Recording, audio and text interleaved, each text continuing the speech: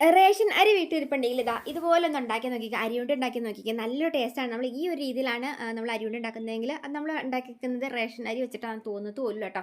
അപ്പോൾ റേഷൻ അരിയൊക്കെ വീട്ടിലിരുന്ന് കളയുന്നുണ്ടെങ്കിൽ ഇതുപോലെ ഒന്ന് ഉണ്ടാക്കി നോക്കിക്കോ. നല്ല ടേസ്റ്റാണ്. വൈകുന്നേരം ചായക്കൊപ്പം എടുത്ത് കഴിക്കാനൊക്കെ ആയിട്ട് നല്ലതാണ് കേട്ടോ. അപ്പോൾ അതിനായിട്ട് നമ്മൾ ഒരു ഗ്ലാസ്സോളം റേഷൻ വെള്ളരി ഉണ്ടല്ലോ, അത് നമുക്ക് റേഷൻ വെള്ളരി നാട്ടിൽ അതാണെങ്കിലും കുഴപ്പമില്ല. ഒന്ന് കുതിർത്തിയതിന് ശേഷം നമുക്ക് ഇതുപോലെ ഒന്ന് ചുമക്കനെ ഒന്ന് നന്നായിട്ടൊന്ന് നമ്മൾ ഒരു എന്താ അടി കട്ടിയുള്ളൊരു പാനിലേക്ക് ഇട്ടിട്ട് വറുത്തെടുത്താൽ മതി. അപ്പോൾ പെട്ടെന്ന് അങ്ങോട്ട് വറന്ന് കിട്ടിക്കോളും. നന്നായിട്ട് വറന്ന് കഴിഞ്ഞ് കഴിയുമ്പം നമ്മൾ 2 ട്രിപ്പ് ഇട്ട് അടിച്ചെടുക്കാം കേട്ടോ, മിക്സിയുടെ ജാറിലേക്ക് ഇട്ടിട്ട്. അപ്പോൾ രണ്ടാമത്തെ ട്രിപ്പിലേക്ക് ഞാൻ കുറച്ച് ചെറിയ കുഞ്ഞ് ജീരകം 2 ഏലക്കയും കൂടെ കൂടി ഇട്ട് ഇതുപോലെ അടിച്ചെടുത്തിട്ടുണ്ട് കേട്ടോ. കുഞ്ഞ് ജീരകം തന്നെ ഇട്ട് കൊടുക്കാം കേട്ടോ, നല്ല ടേസ്റ്റ് ആയിരിക്കും.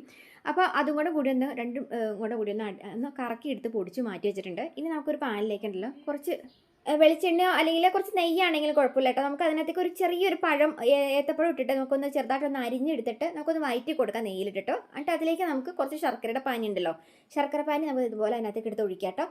ഇനി അതിലേക്ക് ആ ശർക്കര പാനി നന്നായിട്ട് തിളച്ച് വരുമ്പം നമ്മൾ വറുത്ത് വച്ചേക്കുന്ന നമ്മുടെ അരി ഉണ്ടല്ലോ, പൊടിച്ച് വെച്ചേക്കുന്നത്, അത് നമുക്ക് അതിലേക്ക് ഇട്ടിട്ട് നല്ല രീതിയിൽ തന്നെ ഇങ്ങനെ ഒന്ന് കിള്ളി ഇരിക്കാം കേട്ടോ. ഇനി നിങ്ങൾക്ക് വേണമെന്നുണ്ടെങ്കിൽ വെളുത്ത എള്ളോ അല്ലെങ്കിൽ കറുത്ത എള്ളോ ഉണ്ടെങ്കിൽ വേണമെങ്കിൽ അതിനകത്തേക്ക് ഇട്ടെടുക്കാം. ഈ ഒരു രീതിയിൽ പരുവത്തിൽ നമുക്കൊന്ന് കൈകൊണ്ട് ഉരുട്ടിയെടുക്കാവുന്ന രീതിയിലാക്കി എടുത്താൽ മതി. നല്ല ടേസ്റ്റാണ്. ഫ്രിഡ്ജിൽ ഇരിക്കൂട്ടോ. അങ്ങനെ നോക്കിയാൽ ഒരു 2-3 ദിവസമൊക്കെ ഫ്രിഡ്ജിലിരുന്നോളും. അപ്പോൾ ഉണ്ടാക്കി നോക്കാം. സിമ്പിളല്ലേ?